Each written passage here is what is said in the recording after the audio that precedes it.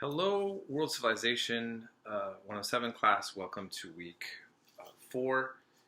Please keep in mind that we are halfway through. We're almost done. So I want you to hang in there and to keep doing the best you can. As you saw, I made only optional extra credit papers for this week, so I gave you guys a little break. I just want to say one thing again about citations, just for extra clarity. Even some of you who are getting full points on paper, sometimes you'll cite properly, and then you'll go on for another paragraph and use information and not cite. And I look at your overall paper, and it's still done well, and you're clearly showing me citations. But keep in mind, in a college paper, as frustrating as it may be, and an unenjoyable act, if you were, for instance, to write about a particular topic and have a paragraph, and there's no citation, it's assumed that you came up with that information on your own, and if Turnitin showed the information was something similar, well, the bottom line is it could still be considered plagiarism. I'm not, I know many of you, when I'm looking at your work, I can see that that's not the case, but part of why I'm having you guys even put citations at all within, partly to make sure you're just sticking to the material that we're covering, but also the college requirement of papers is to always be heavily cited, and especially with the creation of AI chat and other sources that are being used, and just plagiarism has been a big issue before AI. And so even myself, I've seen scholars get criticized at times for writing a book where a particular chapter was seen as problematic. It's just something that you just have to get used to in college, and I'm trying to help get you guys on board with that. That's just something I want you to be aware of, okay?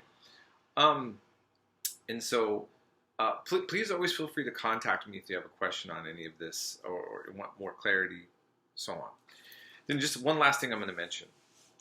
What we're covering right now is the backdrop somewhat to some of the history that builds us up to this terrible conflict that's going on now between Russia and the Ukraine, NATO, and the United States.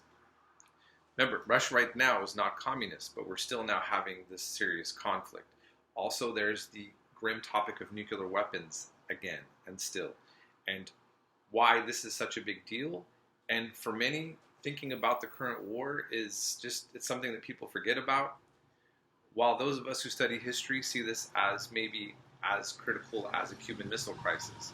So I don't want to get you all freaked out, but I think that it's good to get an understanding of some of the backdrops here. And even before Russia went communist, Russia has had a challenge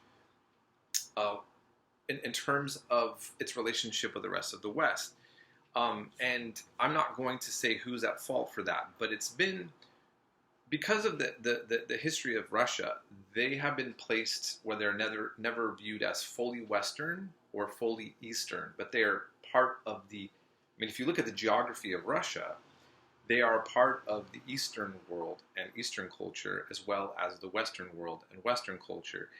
And the way that the Western Europe has operated with Russia and Russia with the West has been suspicion, conflict, drama that's been going back for some time, regardless of what ideologies are coming into play. Monarchies, communism, secular authoritarianism versus blah, blah, blah, blah, blah, or whatever political side West has.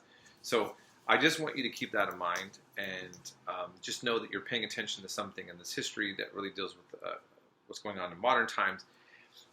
And then also, we're just covering some very important information about, such as India and Indians' involvement in World War II, and realizing that the world wars really were a part. They involved the world. And when you're watching Saving Private Ryan or something like that, it's not that that's necessarily bad history, but we've really lost sight of the fact that these wars included the colonies that Europe had, and it affected those lives drastically. And by not including that story into those, we are doing a disservice to those people and to history itself, to many aspects of the topic. So that's all I'm going to have to say on that. And again, contact me if you need anything. I am going in and out between Santa Cruz and Modesto, and yeah, it's triple digits. It's brutal out there, so stay hydrated, and I hope you can keep your morale going under these very hot conditions. We'll be in touch.